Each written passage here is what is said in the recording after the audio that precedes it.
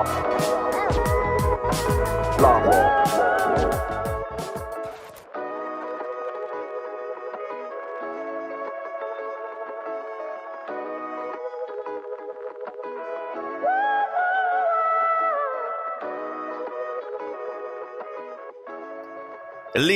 뉴욕은 원래 독해. 완전 독해. 진짜로 독해. 너무 힘들어요. 안녕하세요. 건축하는 독해입니다. 안녕하세요. 원래입니다. 엘리입니다. 진짜 느낌있게 오늘 시작했습니다. 네. 독해 불어. 힘들었어요.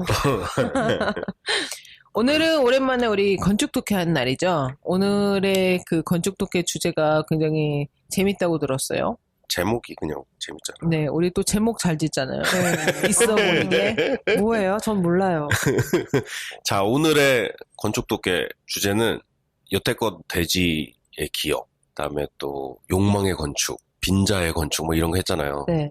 너무 무거워가지고 이번 주에는 찐따의 건축에 대해서 한번 찐따들의 건축. 찐따가 하는 건축인가 아니면은 뭐 궁금하다. 찐따들을 위한 건축. 나는 찐따 좀 마음 아파. 왜요? 왜냐하면 내가 이진욱 좋아한다고 그랬더니 우리 독해 씨가 네. 그 찐따 막 이러면서 아, 이진욱 저도 좋아했는데 그러니까 턴오버 뭐지? 그 턴오프한 포인트가 있었죠? 그죠. 좀 마음 아프고. 봐봐, 찐따였다니까 원래부터. 그래서 훅 갈아탔죠. 저는 뭐 원래 워낙에 잘 갈아탔어. 연예인은 자기 누구를 갈아탔어? 원래는 다니엘 헨이었다가 또 공유였다가 네, 요즘 좀 그래요. 요즘 누군데? 요즘은 하석진? 하석진인가? 하석진 맞죠? 하씨. 예. 나 누군지 잘 몰라. 아, 하석진 잘 몰라요, 언니? 몰라. 그랬다가 하석진이었다가 또 바뀌었죠, 요즘은. 누군데? 내가 오늘 좀 피곤해서 이름이 잘 생각이 안 나는데, 왜 이렇게 이름이 생각이 안 나. 하정우. 하정우는 뭐. 내가 생각하기에 나 하씨랑 뭐가 있는 것 같아. 아, 하석진, 이 친구. 네. 근데 하석진은 약간 외모적으로 내 스타일이고, 하정우는? 성격과 미소? 성격과 미소 네. 하정우? 하정우 요즘 완전 꿈에도 나와요. 그 정도야? 네. 연락주세요. 하정우가? 하정우 꿈 꿨어요. 너무 멋있어요. 먹방에, 황해에 나오는. 맞아. 먹방. 근데 하정우는 정말 느낌 있는 것 같아. 그치? 그래? 저는 약간 인상 쓸 때 멋있는 사람 좋아하거든요. 아, 진짜? 네, 이상형을 굳이 말하자면 인상 쓸 때 멋있는 사람이랑 키가 안 큰 사람. 왜? 그거 희한하다. 네. 저 키 큰 사람 별로 안 좋아해요. 자기가 커서 그러나? 제가 크고, 그러니까 저희 집은 다 아빠도 180 몇이고 네. 동생 거의 190이에요. 저도 170이 넘잖아요. 그래서 그런 건 아닌 것 같은데 저는 한 번도 키 큰 사람한테 크게 매력을 느껴본 적이 없고 제가 되게 매력을 느낀 사람은 175? 네, 180 넘는 사람한테는 딱 내 키는 한 175. 네, 별로 그래서 지금까지 만나본 남자들도 키가 다 안 커요. 네. 근데 하정우 매력적이에요. 그죠. 네, 하정우도 별로 안 크잖아. 아니, 하정우 네. 커. 하정우 커. 그렇게 크지 않아. 키 크대. 얼굴이 커서 그렇지. 아, 그래요? 그러면 또 마음이 바뀌잖아. 하고 갈아타? 나 얼굴 큰 사람은 살잖아. 괜찮아. 오케이. 사진 찍을 때 좀 좋나? 그렇지. 뭐가 오케이. 그렇지야. 뭐, anyway. 그래서 찐따의 건축. 예, 굉장히 찐따의 건축. 흥미롭게 들리는데요. 흥미롭게 들려요. 그러니까 찐따의 건축이라는 게 이제 찐따들을 위한 건축. 네. 나중에 들어보시면 알겠지만 찐따들을 위한 건축에 대해서. 자, 찐따. 네. 무슨 뜻인 것 같아요? 바보? 바보? 바보랑도 비슷한데 약간 그렇게까진 바보 아닌데 약간 뭐 살짝 모질란 거. 모질란 거. 네. 그래서 뭐 찌질이. 찌질을. 아니 찐따고 찌질은 좀 달라. 아니야. 좀... 찐따 찌질이 같은 뜻으로 나오더라고. 그래요? 그러니까 한국 뭐라 그러지? 국어원인가? 뭐 거기에 등록된 거에 보면은 같은 뜻으로 나오는 것 같아. 찐따가 표준말이에요? 찌질이가 표준말이에요? 찐따는 일본말에서 온 거라고 그러더라고. 일본말에서 온 거고 그게 이제 우리네 말로는 찌질이. 기본적으로 그 뜻은 다른 사람과 잘 어울려 놀지 못하는 사람. 그걸 찌질이라고 그렇게 한대요. 그런 뜻이래요. 그런 뜻이고, 뭐, 미국식으로 표현하면 널드. 널드가 그 찌질이랑 좀 가까운 뜻이라고 그러더라고요. 널드 아니면 돌크. 이런 거. 이런. 널드보단 돌크에 가까울 것 같아. 그 돌크에 더 가깝대요. 근데 그죠? 널드도 찌질이라는 그런 느낌이 강하지. 그래서, 찐따의 건축이라고 한 이유가, 찐따들을 위한 건축. 네. 그래서 다른 사람들과 잘 어울리지 못하는 사람을 찐따 찌질이라고 부르니까. 네. 건축이 다른 건축과 잘 어울리지 못하면 그게 찐따의 건축이 되는 거잖아. 그렇잖아요. 네. 그래서 그렇게 제목을 생각을 한 거거든. 그래서 오늘 얘기하고자 하는 건물이 크게 이제 두 건물이 있는데, 하나는 157 웨스트. 네. 오, 바로 구글 들어가야죠, 지금. 네. 157 웨스트. 그게 아마 하이아트 호텔일 거예요. 하이아트인가 뭔가 메리어트는 아니고. 157 웨스트, 57 스트리트. 예, 거기에 있어요. 카네기 홀 맞은편 쪽에 자리 잡고 있다고 보시면 되거든요. 약간 바로 정면은 아니고 약간 빗나가가지고 네. 있는 건물이고, 하이아트 호텔 맞네. 예. 그래서 157 웨스트하고 다른 건물은 432 파크 애비뉴. 이 두 건물이거든요. 네. 이 두 건물이 내가 왜 찐따 건축이라고 얘기를 하냐면은, 이게 뉴저지 어디에서든 맨하탄을 이렇게 쳐다보고 있으면 보이는 건물이에요. 네. 그리고 저쪽 브롱스에서도 보이고 브루클린 쪽에서도 보이고, 왜 그 미드타운에 이렇게 뾰족하게 올라가 있는 건물 있잖아. 어떻게 뾰족하죠? 그냥 주변에 아무것도 없는데 이 건물만 이렇게 뾰족하게 보이는 건물이 있어요. 그 저기 연필통처럼. 연필. 그래서 필통처럼. 432 파크 애비뉴의 별명이 펜슬 빌딩. 이거든. 그 건물의 닉네임이 펜슬 빌딩이라고도 하고, 혹자들은 맨하탄스 미들 핑거. F-word. 재밌다. 맨하탄스 미들 핑거라는 닉네임이 있어요. 그러니까는 너 어디에서 보든 이렇게 눈에 띄는 건물인 거야. 네. 아무렇지도 않게 그냥 천연덕스럽게 거기에 그냥 뾰족하게 이렇게 나와 있는 건물. 근데 지금 그 57 스트리트를 중심으로 해가지고 거기에 빌리어네어스 코리도어가 생겼거든. 그건 뭐예요? 그러니까 돈 많은 사람들이 사는 동네가 여기 57, 57가 주변으로 네네. 해가지고 이제 형성이 되거든요. 그 왜 그러냐면은 여기 이런 새로운 이 건물들이 다 그 57 스트리트랑 다 가까운 곳에 있는 건물들이거든. 네. 근데 거기에 이런 고층 건물들이 생기면서 그 고층 건물들이 157 웨스트는 이제 호텔하고 레지덴셜하고 믹스돼 있는 건물이에요. 그래서 호텔은 저층부에는 파크 하얏트 호텔이 들어가 있고, 그 위층에 이제 레지덴셜이 올라가는 건물. 네. 그러다 보니까는 얼마나 비싼 레지덴셜이겠어. 네, 그 동네 자체가 워낙 비싼 동네니까. 그래서 그런 건물들이 이제 한두 개씩 생기고 지금 계속 공사 중인 건물들이 많거든요, 거기에. 그래서 뭐 닉네임으로 빌리어네어스 코리도어 그래가지고 돈 많은 사람들이 사는 그런 아파트들이 많으니까. 그래서 뭐 157 웨스트 이거는 거기에 이제 하얏트 호텔도 있지만, 오늘 얘기하고자 하는 거는 펜슬 빌딩과 같은 이 초고층 주거 건물에 대해서 얘기를 하려고 그래요. 네. 그래서 왜 뭐 욕망의 건축 얘기하면서 우리가 얘기했던 건물이 뉴욕에서 가장 높은 건물일 수 있었던 건물이었는데 못된 건물에 대해서, 그렇게 되지 못한 건물에 대해서 얘기를 했었잖아요. 못다한 꿈, 이루지 못하는 욕망, 네. 욕망의 건축 막 그러면서. 근데 이번에는 어떻게 보면은 그 욕망, 꿈을 이뤄버린 건물이야. 말 된다. 그거를 성취한 건물인데, 어떻게 보면은 맨하탄스 미들 핑거라는 별로 그렇게 명예스럽지 못한 그렇죠. 닉네임을 갖게 네. 되는 그 이유인 즉슨은 내가 봤을 때는 찐따의 건축이기 때문이라는 거지. 그게 왜 찐따의 건축인지 얘기해 주겠어요? 네, 알겠어요. 거기에 사는 사람들이 찐따라는 건가? 자, 우선은 펜스 빌딩이라고 얘기하는 그 하얀 그 건물, 그 건물에 대해서부터 얘기를 할게요. 이거는 2012년에 공사를 시작해가지고 2015년 딱 연말에 완공이 됐대요. 네. 그래서 3년 반 정도 걸리는 공사 기간으로 완공이 된 거고, 디자인은 라파엘 비뇰리라는 사람이, 당신은 알 거 아니야. 예, 알죠. 서당계 몇 년인데. 그죠, 18년. 많은 연도네요. 네. 그래서 라파엘 비뇰리가 디자인한 건물이거든.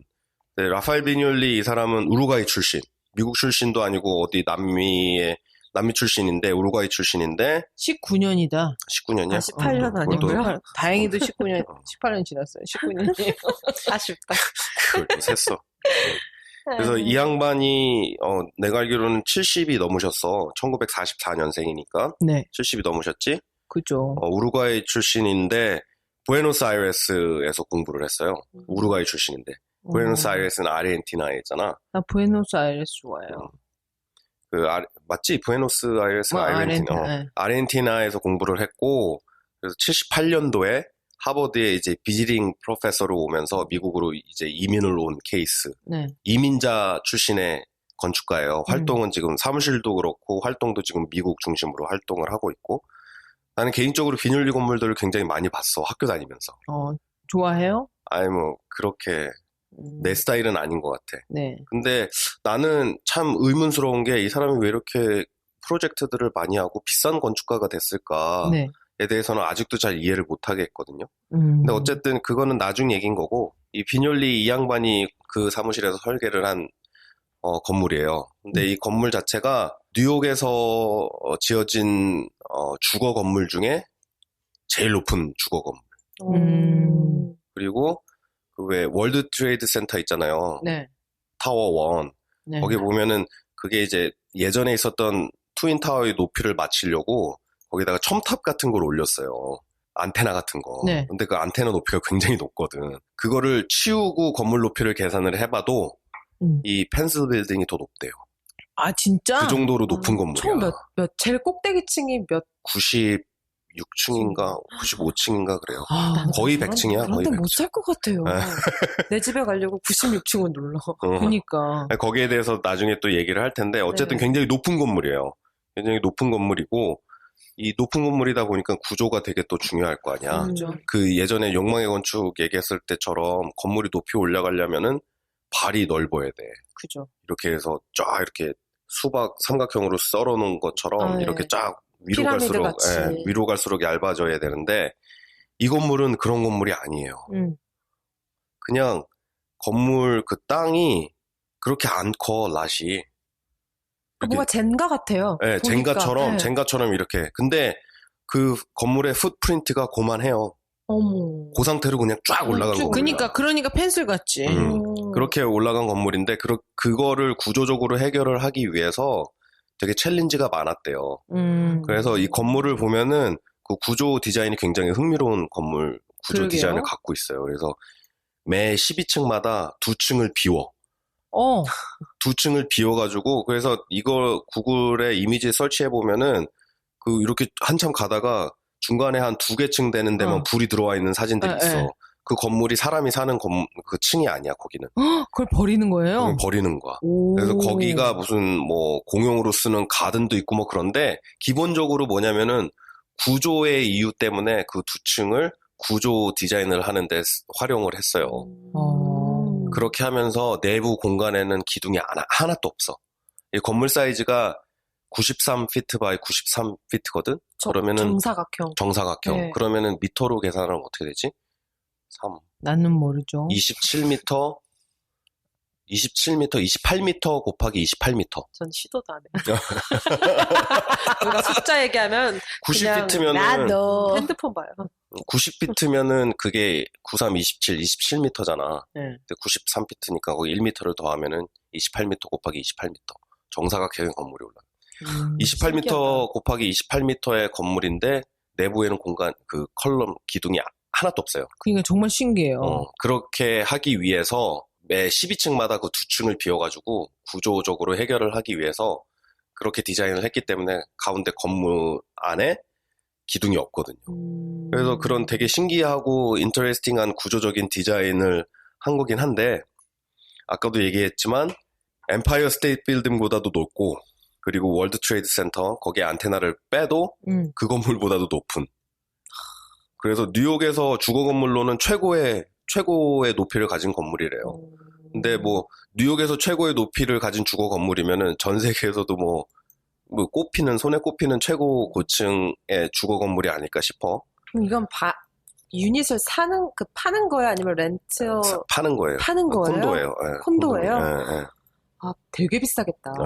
그래서 처음에 이 건물이 지어졌을 때 펜트하우스가 공사가 다 되기 전에도 마켓에 나왔어요. 근데 처음에 나왔던 가격이 95 밀리언. 얼마죠? 950억. 한국 돈으로 계산하면 세상에.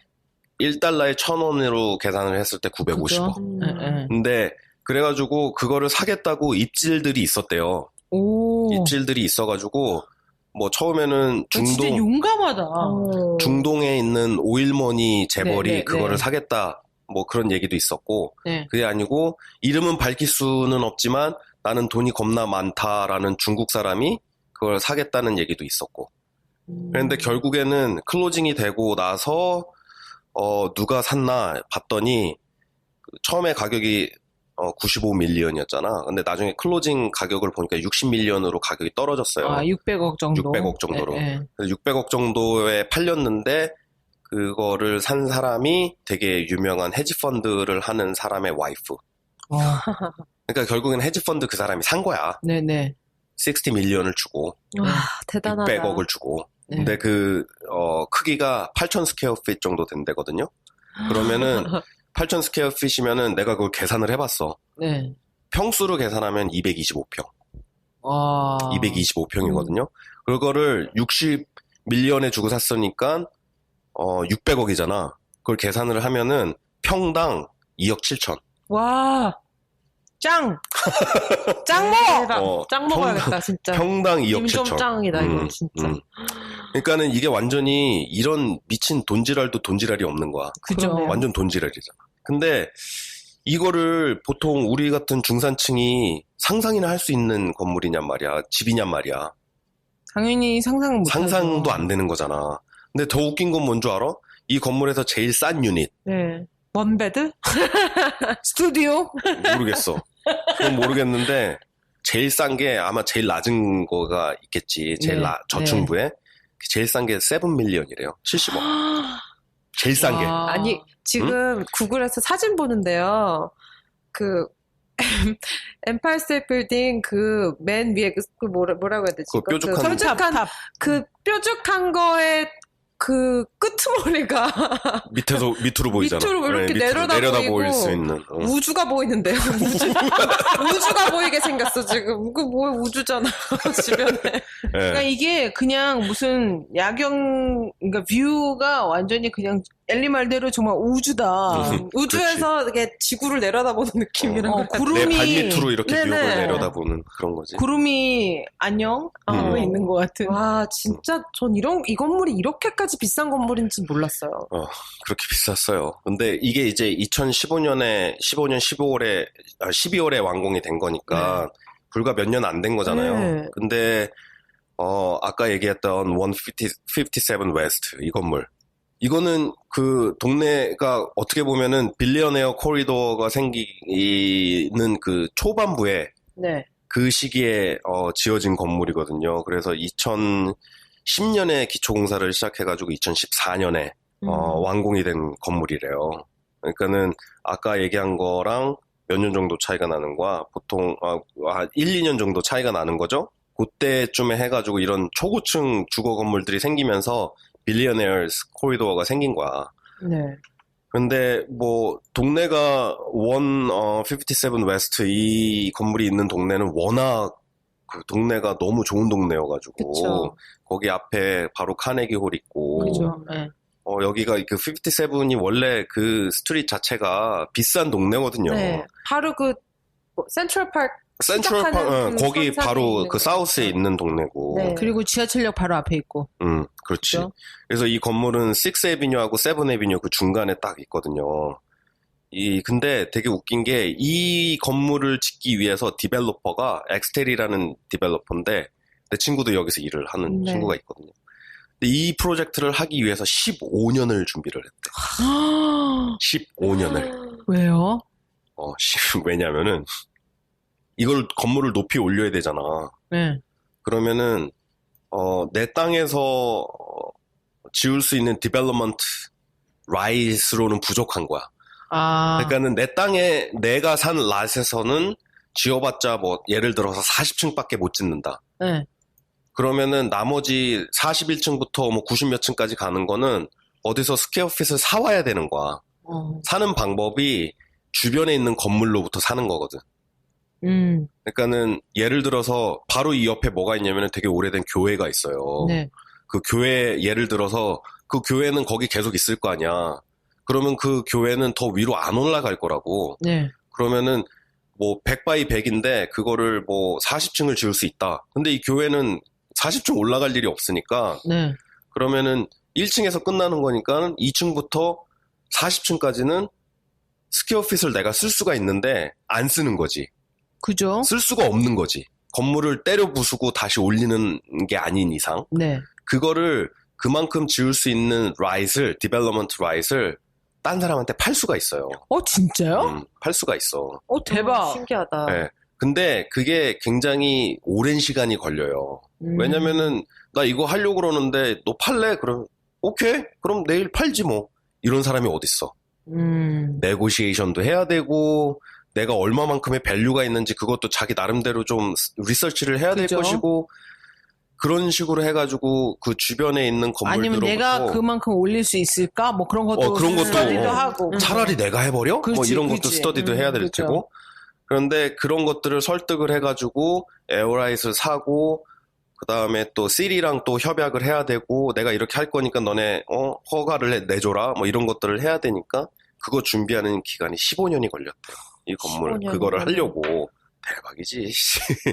2010년에 공사를 시작했으니까는 그로부터 15년 전에 언제야? 그러면은 1995년 맞나? 그치 1995년 그 다음에 5년이면 2000년 2010년 그러니까 1995년 그때부터 이거를 하겠다고 이 디벨로퍼는 주변에 있는 사람들과 접촉을 하면서 하나둘씩 사들이기 시작한 거예요. 그래서 15년을 준비를 해서 2010년에 공사를 시작해서 2014년에 완공이 됐어요. 2014년에 완공이 됐는데 딱 중간 2010년부터 2014년 딱 4년이잖아. 근데 2012년에 벌써부터 이거를 팔겠다고 해가지고 마케팅을 막 한 거야. 광고도 하고 어디 가가지고 재벌들한테 이런 프레젠테이션도 하고 해가지고 2012년에 벌써 유닛의 반이 팔렸었대요. 와. 유닛의 반. 거기도 유닛으로 팔 수 예, 있는 거예요? 이것도 이제 파는 거예요. 레지던셜이니까. 예. 그래서 2012년에 얘네가 트랜잭션 마무리한 게 1빌리언이었대. 1빌리언. 반을 팔아서 원래 예상했던 유닛 수의 반을 팔았는데 거기에 트랜잭션이 1빌리언. 1빌리언. 2012년 그때 당시에. 대박이지. 1빌리언 1000억이죠? 1000억이지. 거기 지금 그 많은 그렇지. 1000억 그 맞나? 많은 유닛에 1000억씩을 내고 사람들이 다 살고 있는 거잖아요. 그렇죠. 왜 이렇게 세상에 돈 많은 사람들이 그러니까는 많아요? 그 총 액수가 1빌리언이었던 거고 다 팔았으면은 2빌리언에 가깝겠지? 그게 반이 팔렸을 때 1빌리언이었으니까. 와, 대단하다. 그치? 와, 정말 대단하다. 그러니까 이 디벨로퍼들도 이런 인내가 필요한 거야. 15년을 15년의 준비해서. 인내. 네, 그래서 한순간에 잭팟이 터지는 거잖아요, 진짜. 그런 어떤 잭팟이라기보다는 비전이 있었겠지. 이렇게 하면은 이런 마켓이 있을 것이다라는 그런 비전이 15년을 있었겠지. 내다본 거네요. 그러니까 15년 후에는 거의 이런 20년을 내다본 거죠. 어쨌든 팔 거면 살 사람들이 있을 거라는 걸 예상하고 15년을 준비했을 그렇죠. 테니까 그거를 바라본다는 그 비전은 진짜 대단하네요. 근데 아이러니하게도 요 두 건물이 뉴욕에서 가장 어글리한 건물로 항상 선정이 돼. 진짜? 나는 나름대로 그 펜슬 빌딩은 네, 나름대로의 네. 미가 있다고 생각을 전 하거든. 예쁘다고 저도요. 생각하는데 사삼이 근데 팔게. 그게 너무 뾰족하게 올라오긴 해요. 아니, 그런데 굉장히 심플하면서 건물 자체가 너무 솔직해. 내가 딱 봤을 때는. 네. 이게 12층마다 2층씩 비어가지고 그게 구조적 역할을 하고 그러니까 건물 자체가 너무 꾸밈이 없이 네. 그냥 나는 이렇게 쭉 올라갈 거야. 되게 미들핑거처럼. 미들핑거처럼 쭉 올라갈 거야. 내가 건축적으로 봤을 때는 굉장히 솔직한 건물인 것 같아. 네. 그래서 나는 오히려 펜슬 빌딩은 괜찮다고 생각하는데 157 웨스트 있잖아. 이거는 내가 그 프로젝트 할 때 네. 맨날 그 앞을 지나다녔었거든. 그죠. 정말 못생겼어요, 건물이. 정말 못생겼어. 이건 건축가가 누군가요? 그래서 그 건축 설계를 디자인을 하신 양반이 프랑스 분이신데 네. 크리스티앙 드 포참박이라는 양반이 있어요. 아 근데 오늘 프랑스랑 아르헨티나인가요? 우루과이. 우루과이 사람이구나 예. 이 사람. 근데 공부는 아르헨티나에서 했어. 또 이게 또 월드컵과 이렇게 해서 축구랑 연관돼서 프랑스와 아르헨티나에서 적을 둔 우루과이 출신 건축가 이렇게 나오네. 그래서 이 양반이 크리스티앙 드 포참박이라는 프랑스 건축가신데 이 양반도 1944년생. 비뇰리랑 같은 해에 태어나셨어. 또 70이 넘으셨지.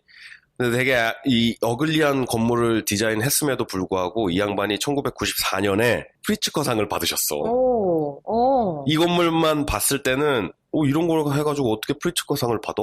할 정도로 나는 되게 의구심이 날 정도로 정말로 어글리하거든. 네. 근데 이 양반이 뉴욕에 또 하신 게 뭐가 있냐면은 피프트 애비뉴에 루이비통 건물 있죠? 알아요. 네네. 네. 글래스 이렇게 꺾어진 네, 거. 네네네. 그것도 이 양반이 설계를 하셨어. 디자인을 하셨어. 근데 그거는 솔직히 루이비통 그 건물은 그렇게 디자인이 많이 필요한가요, 그게? 왜 글래스 빌딩이 얼마나 어려운 건데. 그리고 이렇게 각을 꺾어서 만드는 게. 하긴. 뭐 그렇긴 한데, 네. 원래는 90년대 이때는 모르겠어요. 이 양반이 굉장히 괜찮은 건축 철학을 갖고 있었다고 생각을 했거든. 왜냐면은 약간 그 지난번에 얘기한 승효상 선생의 그 빈자의 건축과 굉장히 비슷한 그런 뭐라 그래야 될까? 건축이 착해야 되고 공공을 생각을 해야 되고 뭐 그런 걸 끊임없이 노력을 하시려고 했던 양반인데 어느 날 느닷없이 이런 괴물같이 생긴 이런 초고층 건물을 디자인을 하신 거야. 그러니까 사람이 나이를 먹고 연륜이 쌓이면 쌓일수록 생각이나 철학이 성숙해져야 되잖아. 근데 이거는 성숙이랑 별로 관련이 없는 것 같다라는 느낌이 너무 뭔가 강하거든. 돈이 급하게 필요했나 보다. 아 근데 프로젝트 많으셔 이 양반. 그리고 필도 비싸신 양반이고 루이비통 건물 할 정도면 할 정도면 그죠. 물론 그 프랑스에 있는 루이비통은 프랭크 게리가 했지만 뉴욕에 있는 루이비통은 이거 되게 아이러니하다. 그러고 보니까 프랑스에 있는 건 미국 건축가가 가서 했고 미국에 있는 건 프랑스. 뉴욕에 있는 루이비통은 프랑스 건축가가 했고. 아, 그게 뭔가 있나 보다. 모르겠어. 뭐 그래서 그런 건지 모르겠는데 어쨌든 이것도 이제 고층 건물이고 고층 주거니까 여기에 또 펜트하우스가 빠지면 안 되잖아. 그죠. 여기에 펜트하우스에 대해서 한번 내가 또 조사를 해봤지. 여기는 그 펜스 빌딩보다 면적이 조금 더 커요. 한 2,000 스퀘어핏 더 커서 10,000 스퀘어핏이었대. 그러면 한 250평 되나요? 280평. 아, 280평. 280평 정도 되고, 이 펜트하우스를 누가 샀냐면은, 지금 2018년이 러시아 월드컵이고, 네. 2022년이 어디? 어디에요? 몰라요. 카타르. 오. 카타르 월드컵이거든. 근데 카타르의 프라임 미니스터. 또 미니언 나왔어. 그래요? 카타르 월드컵인데, 그 카타르의 프라임 미니스터께서 여기 펜트하우스를 사셨어. 카타르는 프라임 미니스터도 그렇게 돈이 많아요? 몰라. 나도 그게 왜 그런지 희한하다. 모르겠는데, 그러니까 사셨대. 얼마에 사셨냐면은, 100 밀리언. 1,000억. 1 빌리언. 아니, 100 밀리언. 그게 1,000억이야? 1,000억이지. 그러면은 아까 우리 말한 1조인가? 게 1조인가 보다. 1 빌리언이면 1조인가 보다. 어쨌든, 그 숫자는 뭐, 알아서 이해해 주실 거라 생각하고, 우리 워낙 숫자에 약하잖아. 아니 거기 단위까지 세본 적이 없어 몰라요. 그러니까, 세본 적이 없으니까. 세고 싶다. 그래서 100 밀리언의, 가능하게. 밀리언의 매매가 됐고, 그거를 카타르에 계신 그 프라임 미니스터께서 100 밀리언을 주고, 우리나라 평수로 계산하면 280평 정도 되는 펜트하우스를 사셨어요. 이걸 평당으로 계산을 하면은 평당 3억 5천. 아, 진짜. 아까가 2억 얼마였었죠? 네. 2억 네. 8천이었나? 2억 7천? 근데 이거는 이제 3억 5천. 근데 진짜 찐따 같은 질문 한 번만 할게요. 네. 야, 1평이 어느 정도인데요? 1평이 석자 곱하기 석자거든요. 그러니까 그걸 계산하면 어떻게 되냐면은 90cm 곱하기 90cm. 그렇게 90cm 3 feet by 3 feet이라고 보면 돼요. 이렇게. 그렇죠. 네. 그렇게 해가지고 그게 한 평. 원야드? 원야드지. 그렇지. 원야드. 맞아요. 3핏이 원야드잖아. 네. 맞아. 원야드. 원야드 바이 원야드. 그게 이제 아, 한 평. 그러니까 내 몸 하나 누이지 못하는 곳이 지금 3억이 넘는 거네요. 그치. 쭈그리고 이렇게 해야 거의 누워야 되는 내 거를 몸 하나 3억 5천. 누이지 못한. 우리 게임할 때, 우리 운동회 같은 데서 게임할 때 파트너랑 이렇게 그 신문 접기 거기 네, 이렇게 네. 앉고 서 있는 거 네, 있잖아. 네. 그 시작하는 게 대략 한 1평, 석자 바이 1평. 석자 거기서 아. 시작하잖아요. 근데 그 한 평이 3억 5천에 매매가 됐대요. 이 건물도. 돈이 아닌 거지. 이 사람들에게는 돈이 아닌 거죠. 더 이상. 그렇죠. 돈이 아니, 아닌 뭘 해야 거죠. 그렇게 돈을 벌지? 근데 이게 뭐 지난번에 얘기했던 뭐였었죠? 빈자의 건축. 네. 그다음에 그러면서 이제 뉴욕시에 있는 저소득층을 위한 주택 그런 얘기들 했었잖아요. 그러면서 깊이는 안 다뤘었는데 뭐 빌딩 코드, 뭐 조닝 뭐 이런 거 잠깐 달았었잖아. 그러면서 최소한의 이런 조건들은 만들어줘야 된다. 사람이 살려면. 네. 그러면서 이제 빌딩 코드를 손대기 시작했고 뭐 어쩌고 저쩌고 뭐 그런 얘기를 좀 했었던 것 같아요. 근데 여기 이쯤에서 다시 한번 그 뉴욕시의 그 조닝에 대해서 다시 한번 생각해 볼 필요가 있는 것 같아. 왜냐면은 예전에 그 저소득층을 위한 주거 그런 것들에서 발생하는 문제들을 해결하기 위해서 코드도 바꾸고 좀 더 임프루브하기 위해서 뭐 이렇게 하려고 하는 노력들이 있었는데 빌딩 코드는 기본적으로 그 안에 있는 것들 소방 관련 라이프 세이프티에 관련된 그런 것들이 줄을 이뤘다면 조닝이 다루고자 하는 건 뭐냐면은 도시 안에서의 삶에 대한 질에 대해서 그거를 컨트롤 하려고 그러는 거거든. 예를 들어서 에비뉴하고 스트리트하고 어느 정도 다 이렇게 확립이 된 상태잖아, 뉴욕은. 네. 너무 건물이 덩치가 커지고 높아버리면은 스트리트하고 에비뉴에 햇빛이 안 들어오니까 그쵸?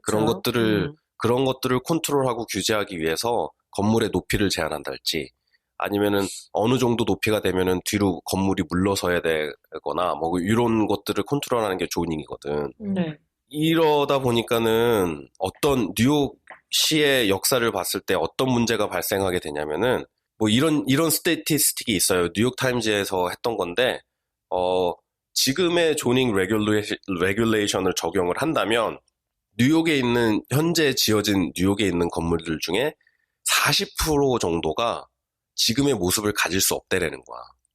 그게 무슨 소리죠? 무슨 얘기냐면은 지금의 조닝을 엄격하게 적용을 한다면 여기에 10채 중에 4채는 건물이 그거보다 낮아야 되고 그거 지금의 건물의 덩치보다 더 작아야 되는 거야. 그러니까 전체 뉴욕시티에 있는 40% 뉴욕시. 뉴욕시티에 있는 건물들 중에 한 40% 정도가 네. 현재 지금 조닝에서 레귤레이트 하고 있는 그런 법규들을 다 못 지키고 있는 거지. 검수하지 않았다는 거죠?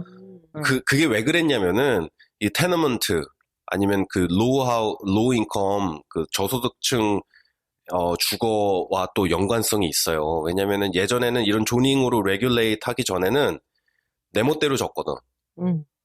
내 멋대로 졌어, 그냥. 내가 올리고 싶은, 내가 돈이 있는 만큼 건물을 올렸고, 돈이 있는 만큼 건물의 이 덩치를 만들 수가 있고. 그러면은 거기다가 테너먼트, 레지덴셜에 대한 디맨드가 있으니까 거기다가 막 꾸겨 넣는 거야, 레지덴셜을. 막 꾸겨 넣으니까는 말도 안 되는 조그만 집에 막 3대가 살고 막 그러는 현상이 발생을 했던 거지. 그랬는데, 이런 것들을 이제 조닝으로 레귤레이트를 하다 보니까는 어떤 현상이 발생하냐면은 예전처럼 내 멋대로 원하는 대로 지을 수가 없으니까 주택 공급이 점점 줄어드는 거야. 이전에는 같은 건물 안에 예를 들어서 100가구를 집어넣을 수 있는데 조닝에 맞추다 보면은 거기 한 60가구밖에 못 들어가는 거야. 그러면은 나머지 40%의 주택이 없어지는 거고 부족하게 되는 거잖아. 전체 디맨드에 비해서. 그러니까는 주택 공급이 이렇게 부족해지는 현상이 이렇게 발생하게 되거든. 그러다 보니까는 이거를 어떻게든 이 주택 시장을 완화를 하고 주택 공급을 좀 원활하게 하기 위해서 뭔가를 해야 될 거 아니야. 그래서 뭐 지난번에 얘기한 그 빈자의 건축에서 얘기했던 그 저소득층 주거에 살고 있는 사람들이 시리를 상대로 수를 하고 이거 관리 제대로 안 해준다. 그러면은 시리에서는 이거를 딴 데로 옮기던지 아니면 더 많은 것들을 공급을 해주면은 그런 것들이 좀 완화가 될 텐데 그게 안 되니까 할 수 있는 방법은 뭐냐면 결국에는 민간 부동산 개발업자들한테 법규를 좀 완화해주는 방법밖에 없는 거야. 그래서 이 사람들이 주택을 계속 원활하게 공급할 수 있도록 그 주택 마켓을 좀 이렇게 규제를 완화를 해주고 어느 정도 이렇게 예전에는 안 됐던 것들 그걸 좀 규제를 풀어줘가지고 주택을 좀 많이 지을 수 있도록 그거를 지금 시장이 그걸 빌 데블라지오 지금 시장 마이클 블룸버그일 때는 그게 좀 이런 걸 완화를 잘 안 해줬는데 지금 현 시장 빌 데블라지오 이 양반이 하면서 그 프라이빗 섹터에서 하는 부동산 개발업자들한테 규제들을 굉장히 많이 완화를 해줬어요. 많이 완화를 해주는 방법이 뭐였냐면은 아까 그 에어라이트 트랜스퍼 하는 거 있잖아. 네. 그러니까 그거 못 지으면은 딴 데다가 팔 수 있는 거. 원래는 그게 뭐냐면은 TDR이라고 그러거든. TDR. 네. 뭐냐면 Transfer Development Right. 네. TDR이라고 불렀는데. 그러면은 궁금한 게 있는데 만약 아까 그 예를 들었던 그 교회가 나중에 못해요. 그거 못해요? 팔아버리면. 못해. 팔았잖아. 내 라이트를 판 거야. 그니까. 내 라이트를 판 거니까 못하지. 그거는 이제 다큐멘터리로 다 남아. 그죠? 그렇기는 하는데 나 또 궁금한 게 만약에 이 하이라이즈를 올리고 싶은 건물이 가운데 있어요. 그리고 왼쪽에는 교회가 있어. 그리고 옆에는 그냥 상가 건물이 있어요.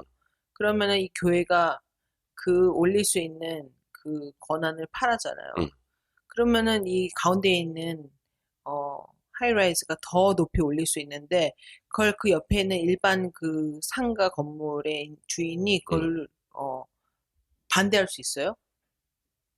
아니지. 왜? 내가 라이트를 다른 데서 샀는데 왜냐하면 내 라이트를 너무 옆에 있는 건물이 너무 높아지면은 내가 햇볕 그래서 무슨 얘기 있고. 그래서 이 157 웨스트 이거를 할 때 15년이 걸렸던 이유가 거기에 있었던 거야. 그렇게 긴 오랜 시간 동안 설득을 하고 돈도 주고 채찍도 주고 당근도 주고 뭐 그러면서 그거를 네이버들한테 저걸 동의를 얻어야 되지. 근데 예전에 이 TDR이라는 게 Transfer Development Right이라는 게 예전에는 뉴욕시티에서 그 조닝 레귤레이션 자체에 어떻게 돼 있냐면은 바로 옆 건물한테만 팔 수가 있어요. 바로 옆 건물한테. 그러겠죠. 만약에 다른 데 팔면 이상하지. 바로 옆 건물에만 팔 수가 있는데 이 디벨롭먼트 같은 경우에는 바로 옆 건물이 아닌 그 블락 안에 있는 건물들로부터 이렇게 에어라이트를 산 거야. 원래는 그게 안 되거든. 근데 그런 것들을 이 양반이 좀 많이 완화를 해준 거지. 그래서 그렇게 할 거면은 너네 이제 어떤 비즈니스 모델이 이렇게 있을 거 아니야. 그래서 주택 시장에 이만큼의 주택을 공급을 하려고 그러는데 그렇게 하기 위해서는 내가 여기저기 흩어져 있는 에어라이트를 사가지고 내 쪽으로 다 트랜스포를 해가지고 그 건물을 높이 올려야 된다. 근데 예전에는 바로 옆 건물한테만 팔 수가 있었는데 그걸 좀 완화를 해주면은 내가 여기저기서 주변의 것들을 사가지고 더 올릴 수가 있으니까 그거를 좀 허가를 해달라. 뭐 그러니까는 시간이 그렇게 오래 걸렸던 거야. 근데 이런 모든 이 건물이 찐따라는 이유는 뭘까요? 알았어요. 굿 포인트. 굿 포인트지. 일단은 뉴요커들이 굉장히 싫어하는 건물들이야. 그런 게 있어요. 그러니까는 이런 복잡한 과정들이 있잖아. 어떤 프라이빗 섹터에서 내가 하이라이즈 레지덴셜을 하고 싶다. 그러면은 내가 그 같은 블락에 살거나 그 네이버후드에 살고 있어. 예를 들어 그리니치에 살고 있는데 그 그리니치에 이런 막 말도 안 되는 엄청나게 높은 건물을 누가 올리겠다고 디벨로퍼가 나서는 거야. 근데 조닝을 프로세스하는 과정 그리고 또 이제 시리에 들어가가지고 퍼밋을 받는 과정 이런 과정들이 너무 복잡하기 때문에 네. 일반 사람들이 그걸 이해를 할 수가 없어. 이건 어느 정도 경력이 있어야 되고 어느 정도의 전문성이 있어야 이런 과정으로 해서 이런 것들이 이루어지는구나. 이런 거를 이해할 수 있기 때문에 그 동네에 살고 있는 사람이다 하더라도 내 목소리를 낼 수 있는 기회가 굉장히 제한적인 거지. 그 프로세스 자체가 불투명하고 잘 모르니까. 이런 이유 때문에 건물은 지어지는데 뉴요커들은 건물이 지어지면은 그거 가장 못생긴 건물 중에 하나다. 뭐 이런 식으로 해가지고 투표를 계속 하는 거야. 너무 못생겼다고. 그냥 이 건물이 어떤 히스토리가 어떤 비하인드 스토리가 있는지 모르고 저는 이제 맨하탄 뷰를 봤을 때 이제 구글 찾아보니까 어떤 건지 확실히 알겠어요. 네, 어떤 너무 또렷이 보여요. 그 네, 43 네. 파크 애비뉴에 있는 432 파크 애비뉴. 그거는 너무 또렷하게 삐쭉 올라와 있잖아요. 어디서나 보여요? 네. 어디서나.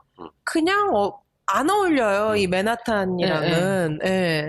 그러니까는 뭐 지금의 조닝을 엄격하게 적용을 하면은 뉴욕시에 있는 40%에 해당하는 건물들이 지금의 모습을 가질 수 없다. 근데 그게 결국에는 it's part of city history. 이 뉴욕이라는 도시가 갖고 있는 그 캐릭터하고 그리고 그 유니크한 모습이 결국엔 그렇게 해서 만들어진 거잖아요. 결국에는 그렇게 해서 만들어진 건데 뭐 여러 랜드마크 건물들 있잖아. 그런 건물들조차도 굉장히 많은 수가 지금의 조닝을 엄격하게 적용을 한다면 지울 수 없는 건물들이 너무 많은 거야. 뭐 그렇기는 한데 오히려 새로 지어지는 이런 건물들은 그거에 철저하게 그런 레귤레이션들을 따르고 있는 거지 사실은. 물론 완화를 해주는 부분은 없지 않아 있지만 오히려 우리들이 잘 알고 내가 좋아하고 오래된 건물들 그런 것들은 지키지 못하는 경우가 많더라도 오히려 지금 이렇게 새로 지어지는 것들은 거기에 대해서 엄격하게 지키고 있는. 그런데도 뉴요커들이 싫어해요. 왜 싫어할까? 왜 우리 눈에는 그 뉴욕의 그런 아직도 되게 아날로그적인 그런 건물을 더 멋스럽다고 생각해서 그러는 그렇죠. 거 아닐까요? 사실은 그게 어떻게 보면은 도쿄님 말씀처럼 어쩌면 더 레귤레이션 같은 걸 안 따른 건물들일 수도 있고 오히려 요즘 생기는 2010년 이후에 생기는 이런 뭐 허드슨 야드도 그렇고 그렇지. 이런 건물들이 좀 철저한 제재나 규제 아래서 레귤레이션 아래 이렇게 지어지는 건물임에도 불구하고 우리가 생각하는 뉴욕의 뷰리는 그게 아닌데. 그게 아니라고 그냥 착각하는 그런 거 아닐까요? 그래서 이런 엄청나게 비싼 우리나라로 계산을 했을 때 평당 몇 억씩 하는 이런 펜트하우스를 사는 사람들을 보면 뉴요커들이 없어요. 다 외국에서 온 사람들이 많죠. 뉴요커들이 거의 없어. 그러니까 오일머니 아니면은 중국에서 온 인베스트머니 이런 것들로 사는 경우가 대부분이지 뉴요커들은 안 사. 가만히 생각을 해봐. 나 돈이 되게 많아. 오일머니가 있어. 근데 이 뉴욕이 갖고 있는 스카이라인이라는 게 이게 정말 맨메이드한 네이처잖아. 네. 어느 도시나 탐을 내는 스카이라인이야, 사실은. 네. 딱 봤을 때 그 스카이라인만 딱 봐도 여기는 뉴욕. 이게 알죠. 딱 느껴지고 주변으로 이렇게 강이 있고 이렇게 물도 있고 이러면서 맨메이드 네이처가 되는 거잖아. 네. 그러니까 어느 도시나 현대화되려고 하는 도시들은 이렇게 굉장히 꿈꾸는 도시란 말이지. 우리나라의 여의도도 마찬가지야. 여의도의 그 롤 모델이 맨하탄이에요. 그죠. 그러니까 여의도 공원 만들어놓고 중간에. 센트럴 파크처럼. 네. 그리고 예전에는 그 센트럴 파크 흉내낸 그거 하기 전에 거기서 엄청나게 큰 아스팔트 파크 있어가지고 거기서 자전거 타고 롤러스케이트 타고. 근데 그 주변에는 이런 하이라이즈 건물들이 있었던 거야. 그러니까 어떻게 보면은 지금의 뉴욕의 센트럴 파크 주변으로 있는 하이라이즈 건물들 그런 거를 롤 모델로 해서 만든. 그러니까 어느 도시를 가든 이거를 흉내내기 위해서 정말로 탐내는 스카이라인 중에 하나거든. 근데 나는 돈이 굉장히 많어. 근데 도시 하면은 뉴욕이 생각이 나고 이 뉴욕이라는 도시의 스카이라인이 너무 좋은 거야. 그러면은 내가 돈을 주면은 그 스카이라인을 내 발밑에서 볼 수 있는 기회가 생긴 거야, 이제. 내 걸로 만들 수 있어. 내 걸로 만들 수 있는. 그래서 심지어는 이런 하이라이즈 이렇게 몇백 억씩 주고 살 수 있는 이 건물들 안에는 그 안에서 자급자족이 다 돼요. 내가 밖에 나가서 커피 사 먹고 내가 밖에 나가서 밥을 사 먹을 필요가 없어. 그냥 와가지고 딱 내려가지고 로비 해가지고 내 딱 올라가잖아. 그러면은 거기서 호텔에서 룸 서비스 시키듯이 아니면은 거기에 뭐 중간에 VIP 라운지 이런 데 가가지고 그 건물 안에 있는 레스토랑에서 음식을 주문해서 먹을 수가 있어요. 그러면은 내가 내려와가지고 스트리트하고 에비뉴를 걸어 다닐 필요가 전혀 없는 거야. 그런 서비스를 제공을 해요. 이런 럭셔리한 컨도미니엄들은. 그러면은 스카이라인은 내 건데 정작 뉴욕 라이프는 도시의 생활은 못 하는 거야. 더운 날, 특히나 이런 여름. 내가 땀 삐질삐질 흘리면서 거기를 걸어 다닐 필요도 없고 중간중간에 고여있는 그 웅덩이, 썩은 그 웅덩이에서 나는 그 시궁창 냄새를 맡을 필요도 없는 거고, 그렇잖아. 여름에는, 그거 좋아하는데. 여름에는 진짜로 그거 심하거든. 그러니까는 결국에는 내가 봤을 때는 돈으로 찐따지들을 하고 있는 거야. 돈으로 찐따지들을. 그래서 찐따의 건축이에요. 저는 이해가 돼요. 맞아요. 그러니까 뉴욕의 멋을 모르지만 뭔가 뉴욕의 것은 갖고 싶은 사람. 그런 거지. 그러니까 관광객들 오면은 뭐 하는 거야? 백팩 메고 거기다가 물병 꽂고 그리고 편한 신발 신고 돌아다니면서 땀 삐질삐질 흘리지만 이렇게 30몇 가에 가면은 그게 엠파이어 스테이트 빌딩이니까 목이 아프지만 그거 고개 들고 쳐다봐. 여기가 엠파이어 스테이트 빌딩이야. 그러면서 사진 아무리 찍어도 나오지도 않는데 그 앞에서 사진 찍고 엠파이어 스테이트 빌딩 이렇게 명함 그 간판 있는 데서. 네. 그리고 또 이제 아니면은 돈 내고 엘리베이터 타고 올라가가지고 전망대 이러면서 스카이라인 이렇게 보고 뭐 그게 락커펠러 그 건물도 그렇고 크라이슬러 빌딩도 그렇고 그쵸. 그게 관광객들이 가는 그거잖아. 근데 돈으로 찐따지를 하는 이 재벌들은 그냥 그거를 내 발밑에 놓고 볼 수 있다라고 생각을 하고 내가 굳이 나가서 그 땀 삘삘 흘리면서 그럴 수 없다라는 생각을 하고 그렇게 돈으로 찐따짓들을 하는 거지. 그래서 나는 이 초고층 레지덴셜이야말로 정말로 찐따 건축인 것 같아. 근데 이게 그냥 찐따 건축 이러면서 그냥 에이 이거는 별로 가치가 없어 이런 거는 아니거든. 사실 아까도 엘리가 그 물어봤던 것 중에 뭐 얘기했던 것 중에 이렇게 높은 건물에서 산다는 것 자체가 사람은 원래 발을 땅에 딛고 살아야 된대잖아요. 그래야 땅의 기운을 느끼고. 근데 뭐 그런 것도 있지만 예를 들어서 내가 차를 타고 가다가 뭐 웅덩이가 있고 뭐 도로라는 게 울퉁불퉁하니까 그러면은 차를 타고 가다가 덜컹덜컹 하면 그런가 보다 하고 가잖아. 그죠. 근데 내가 95층에 살고 있는데 그런 덜컹덜컹 하는 걸 느껴봐. 무섭지. 왜냐면은 건물이 이렇게 올라가면은 바람 때문에 이렇게 움직이거든요. 바람 때문에 움직인단 말이야. 그래서 그거를 구조적으로, 그러니까 오피스 건물이면은 다 괜찮아. It's okay. 월드 트레이드 센터도 그랬대요. 그 꼭대기층에 있는 사람들은 이걸 느꼈대. 근데 오피스 건물은 오피스 건물이니까 it's okay. 근데 레지덴셜인데 내가 자고 있는데 갑자기 건물이 막 흔들리는 게 느껴져. 못 살지 그거. 나같이 그릇 많이 갖고 있는 사람들은 근데 못 산다. 다 깨고 막. 다 깨지고 막. 그지. 저처럼 공황장애 있는 사람들은 못 살아요. 그러니까. 그래서 그거를 공학적으로 해결하기 위해서 엄청나게 많은 것들을 한대요. 이런 레지덴셜, 하이라이즈 레지덴셜은. 그래서 뭐 꼭대기층에 추도 집어넣고 막 그래서 카운터웨이처럼. 그래서 바람이 이렇게 불어가지고 왼쪽으로 넘어가려고 그러면은 추가 오른쪽으로 반대로 움직여져가지고 건물이 흔들리지 않게끔 잡아주는 것들. 그리고 내가 100 밀리언을 주고 꼭대기층에 사는데 90몇 층에 사는데 내가 로비에 VIP 로비가 따로 있겠지. 자기만 들어가는. 근데 거기에 엘리베이터를 타고 딱 올라가는데 막 1분 30초씩 걸려봐. 열리 짜증날 거 아니야. 그러니까는 그거를 얼마나 빨리 또 거기까지 데려다 줄 것이냐. 이런 것들을 그 G-force라고 그러지. 그 중력. 그죠? 뭐 F1 해가지고 확 올라갈 수 있고. F1 하는 사람들 아니면은 그 동계올림픽 때 이거 뭐지? 타는 거? 봅슬레이 그런 사람들이 그 뭐 2G, 3G 막 이렇게 느낀다고 그러잖아. 근데 엘리베이터를 내가 100 밀리언 집에 사는데 엘리베이터 타면서 그걸 느끼면서 올라가야 되는 건 아니잖아. 그러면은 그거 말이 안 되지. 빨리 올라가려면은 너무 웃기다 진짜. 하품해야 돼. 올라가면서 계속. 그러니까 빨리 올라가려면은 G-force를 올려야 되는데 그죠? 그러면은 내가 막 우와 막 막 내 몸이 쭈그러지는 그 고통을 느끼면서 내가 집까지 올라가야 돼? 아니잖아. 고문, 매일 고문. 그러니까. 그래서 그거를 또 열심히 이 물리학자들과 엔지니어들과 이런 사람들이 계산을 해서 그거를 느끼기 직전까지 최고로 올릴 시간이 무엇이냐. 그렇게 해가지고 엘리베이터도 그렇게 해서 운영이 돼요. 그거 고장나봐. 대박. 96층 와까. 그러니까 미치지. 그런 거를 다 계산을 하고 건물이 흔들리지 않게 이런 것도 계산을 하고 굉장히 많은 테크놀로지가 들어가거든요, 사실은. 그러니까 그런 거를 하면 할수록 이 컨스트럭션 테크놀로지나 이런 것들은 발전은 하는 거는 분명해. 발전을 하는 건 분명은 한데 예를 들어서 생각을 해봅시다. 내가 돈이 엄청 많은 사람이야. 예를 들어 뭐 아까 카타르의 프라임 미니스터 뉴욕에 100 밀리언 주고 집을 샀어.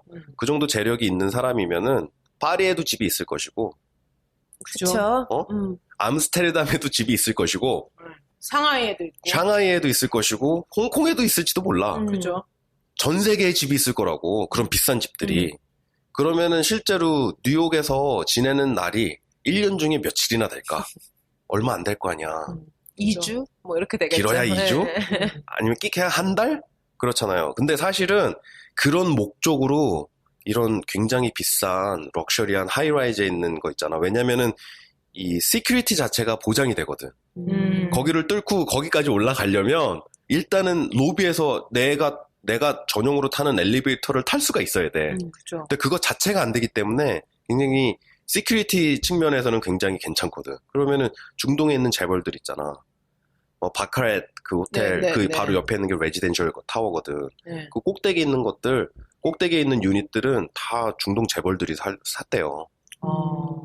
근데 그 사람들이 왜 샀냐? 거기에서 살려고 1년 내내 살려고 그런 게 아니고 여름 휴가? 가을 휴가? 뉴욕에 눈 보러? 그때 오려고 산다는 거야. 그러면 길어봤자 1년 중에 한 달이야. 길어봤자. 그러려고 이렇게 집들을 사요. 11개월 3주는 그러면은 그거는 11개월은... 그거는 이제 어차피 이런 뉴욕에 있는 콘도들은 메인터넌스를 내는 거니까 호텔과 있는 레지덴셜들이 왜 가격을 더 많이 받냐면은 그러니까는 1 웨스트, 157 웨스트 이것도 하이아트랑 붙어 있잖아. 여기에 있는 레지덴셜 유닛들이 호텔이랑 똑같은 서비스를 받아요. 그러니까 내 집인데도 다 유지가 되는 거예요. 하우스키핑 와가지고 메이드가 와가지고 정기적으로 청소하고 이런 거 다 하거든. 그 대신 다달이 메인터넌스로 내는 돈이 엄청나겠지 또. 그렇죠. 그런 거죠. 거의 뭐 몇만 불씩 되겠지. 그러니까 그런 게 편하거든. 내가 따로 관리를 안 해도 되는 거야. 그렇기 때문에 이런 게 더 높은 가격을 받거든. 호텔이랑 같이 있는 레지덴셜들이. 그러니까 바카렛도 그렇고 하이아트 여기도 그렇고. 그런 눈먼 돈을 벌어야 되는데. 그게 눈먼 돈인지 아닌지는 모르겠는데 어쨌든. 왜 내가 말하는 눈먼 돈은 이게 나가는지 안 나가는지 모르는 돈들 있잖아. 돈이 너무 많아가지고. 그렇지. 그런 사람들의 돈을. 그죠. 그거 어떻게 하나? 그거. 저 좀 가르쳐주세요. 나도 눈이 멀어야 되나? 그래서 나도 알고 싶네. 그래서 정말로 뉴욕에서 사는 뉴요커들의 집이 아닌 뉴요커들의 건축이 아닌 정말로 외계인들인 거야. 뉴욕이랑은 정말 동떨어져 있는. 그럼에도 불구하고 나는 뉴욕의 한 피스를 갖고 싶은 욕망들이 있는 거지. 뭔가 다 가졌다고 생각하겠죠. 그거를 내 발밑으로 보고 있으면 그러면 이런 건물들의 장점이 뭐냐? 딱 꼭대기층 올라가면은 아무런 방해 없이 센트럴파크가 남쪽부터 북쪽까지 다 보여요. 그죠. 그럴 거 아니야. 그거를 내가 갖는다라는 생각을 갖는 거야. 그러므로 내가 뉴욕을 갖는다라는 그런 것 때문에 그런 굉장히 이런 럭셔리한 마켓이 형성이 돼 있는 거거든. 근데 이게 정말로 뉴욕에 있는 건축일까? 뉴요커들을 위한 건축일까? 그건 아니잖아. 그건 아니겠죠. 아니네요. 결국에는 찐따들을 위한 찐따 건축인 거야.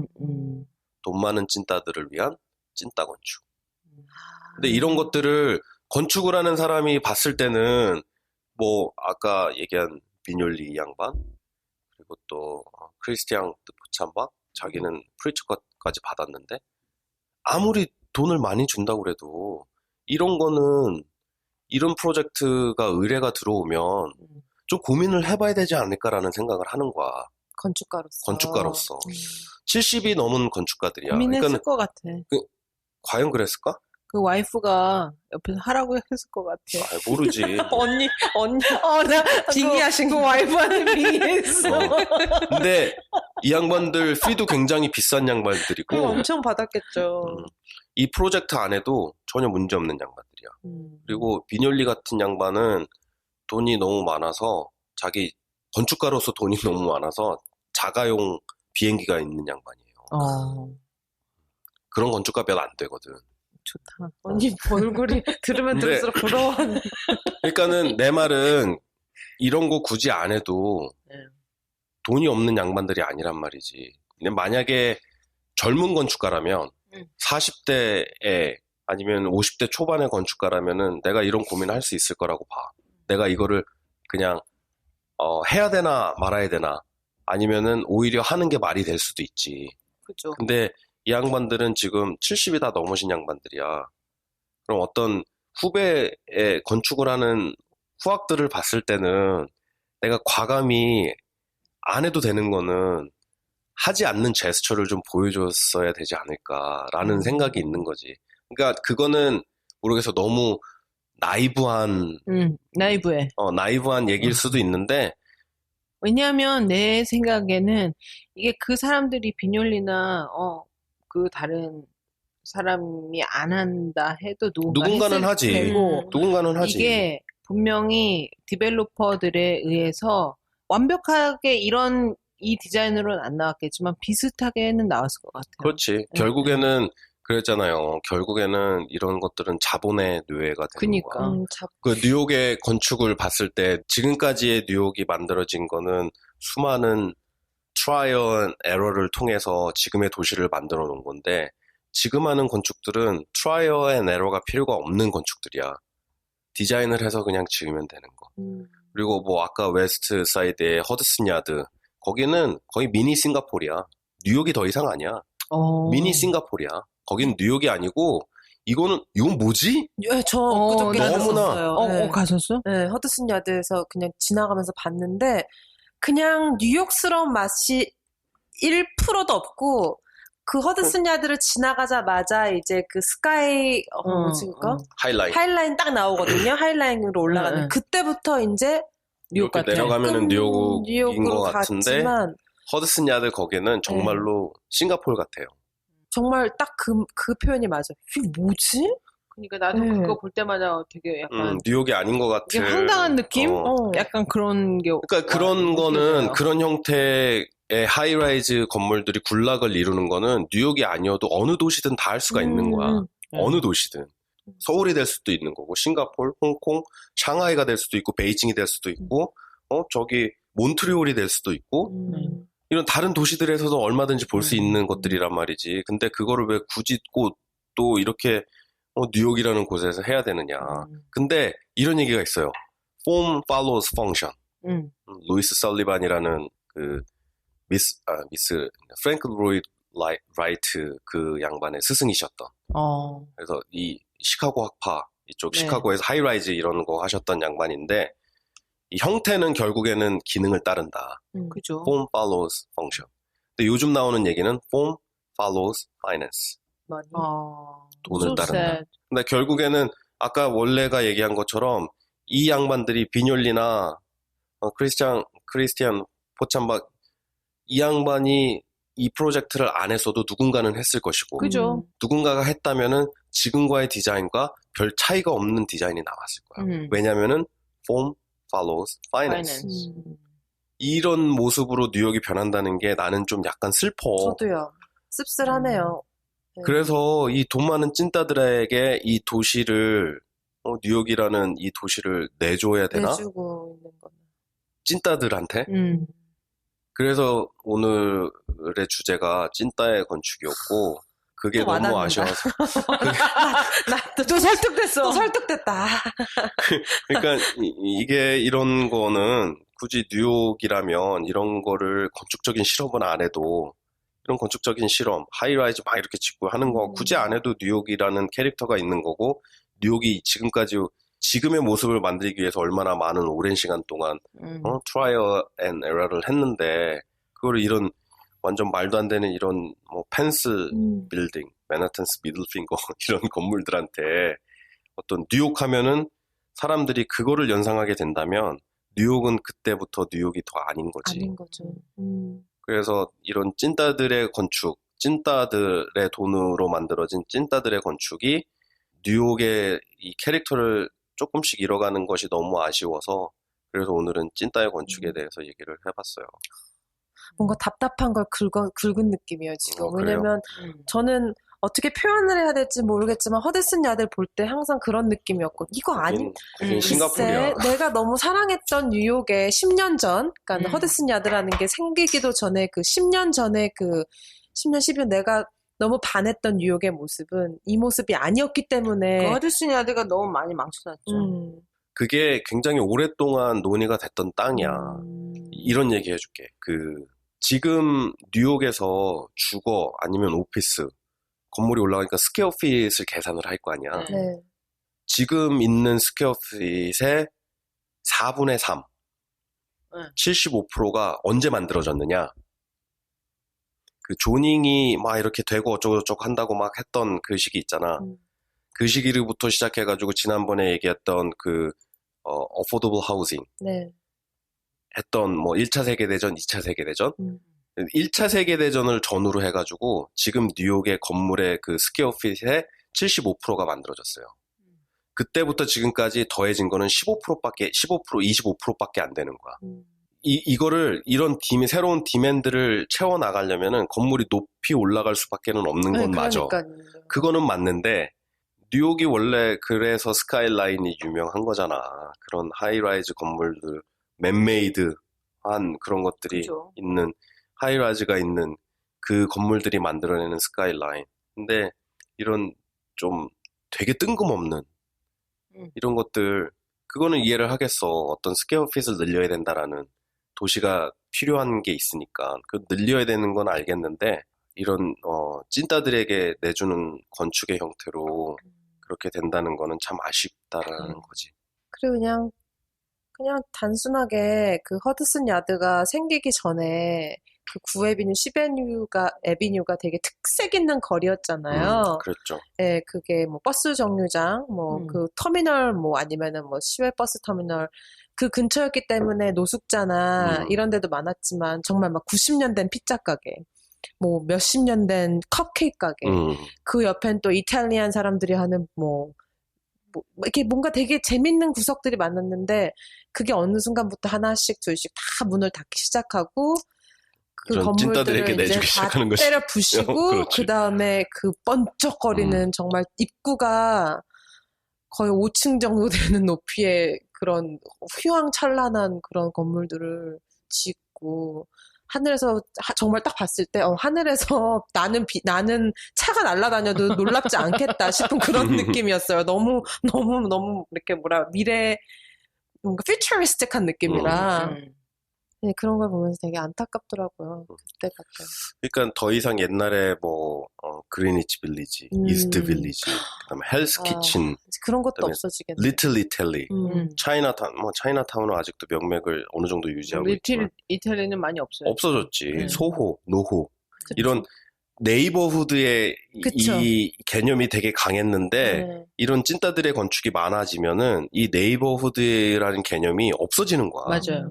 그거 진짜 안타까운 일이야. 그러면은 더 이상 뉴욕이 아닌 거지. 그래서 오늘의 얘기는 찐따 건축이었어. 근데 씁쓸하게 왠지 정말 빠른 미래 안에 이렇게 막 미친 듯이 생기다 보면은 많이 없어질 것 같다는 그런 불안한 마음이 드네요. 근데 다행히도 이런 현상에 대해서 좀 의식을 하고 우리처럼 반감을 갖고 있는 자각을 하는 그룹들이 있어요. 그래서 뉴욕시 안에서 그것에 대해서 어느 정도 이렇게 도시에서 시리에서 메이어스 오피스에서 그거를 좀 컨트롤을 해야 된다. 그래서 계속해서 정치적으로 그것들을 어떻게 좀 자기네들 목소리를 낼 수 있지 않나 그런 길들을 찾고 있는 그룹들이 있거든. 뭔가 솔루션이 있었으면 좋겠어요.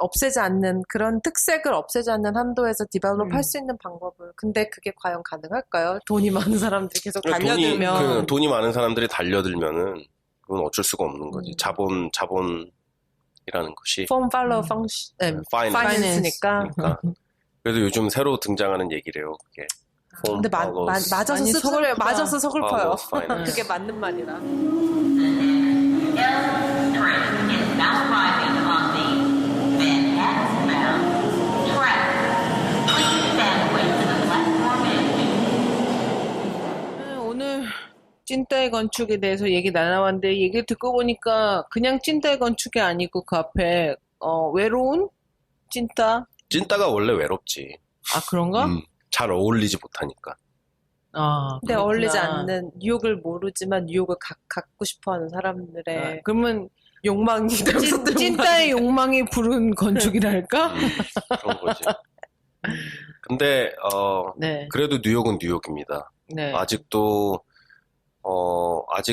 소호, 노호 가면은 그나마 뭐 10년, 15년 전에 그런 흔적들은 없지만 그래도 노호, 소호 거기를 찾는 분들이 계시고 그리고 첼시를 아직도 찾는 분들, 그리니치에 가면은 이런 것들이 있지 어느 정도의 익스펙테이션이 생기잖아. 그런 것들은 아직도 있으니까 그리고 브루클린에 가면 또 브루클린 나름대로의 그런 것들 있으니까는 그래도 도시는 계속되지 않을까. 그런 성격, 그런 캐릭터를 가지고 그런 희망을 갖는 거지. 그런 희망을. 그랬으면 좋겠어요. 그러게요. 우리는 뭐 이렇게 돈은 별로 없지만은 그래도 이웃이랑 부대끼면서 땅 밟으면서 살 수 있는 이 생활에 만족하랍니다. 네, 그래서 이번 주 건축 독해는 찐따에 의한 찐따 건축. 아니, 그게 아니고 찐따들을 위한 찐따의 건축이었습니다. 네. 재밌는 주제였어요. 네. 그랬어요? 건축 독해 그 출첵 잊지 마시고요. 팟빵, 페이스북, 인스타그램 뭐 어디든지 가리지 않고 올려주시면은 저희가 자체적으로 다 우리 독해 씨한테 출첵할 수 있도록 다 알려드리겠습니다. 그리고 요즘 약간 그 팟빵에 댓글들이 좀 뜸하신 것 같아. 그러게요. 우리 여름이라 주소 한번 그런가? 월드컵 때문인 것 같아, 내 아, 생각에는. 아, 6월에 통계가 나왔어요. 네. 팟빵이 듣는 네. 팟빵만 6월 통계만 11,000건이 넘어요. 이 듣겠다고 리퀘스트 하신 그게. 네. 그래서 그분들의 한 10분의 1만 구독 신청해 주시고 답글을 달아주셔도 우리 대박 날 것 같거든요. 네. 더 힘낼 수 있도록 수줍어하지 마시고 네. 표면 위로 올라와 주세요. 부끄러워하지 마세요. 네. 반말해도 괜찮아요. 우리 주소 한번 다시 얘기할까요? 네, 저 인스타그램 한번 알려드릴게요. ENWD_official이고요. 페이스북은 ENWD.official입니다. 그리고 질문 있으시면 지메일로 또 이메일 주셔도 되는데요. info.enwd@gmail.com으로 궁금한 점 있으시거나 네. 아니면 출연하고 싶으신 네. 분들. 혹은 네. 대화할 사람 필요하거나 연락 주세요. 연애 상담. 연애 상담. 아니면은 그 우리 엘리한테 오늘 입은 옷 어떤지 네, 뭐 그런 거 그런 있잖아요. 것도 재밌고요. 뭐든지 다 착샷. 좋습니다. 착샷. 네. 응원해 주시고 그리고 좋아요도 눌러 주시고 팔로우도 눌러주시고. 네. 눌러. 예, 감사하고요. 예, 이번 주 건축 독해 여기까지입니다. 감사합니다. 독해였습니다.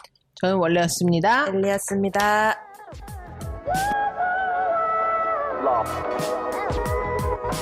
Love.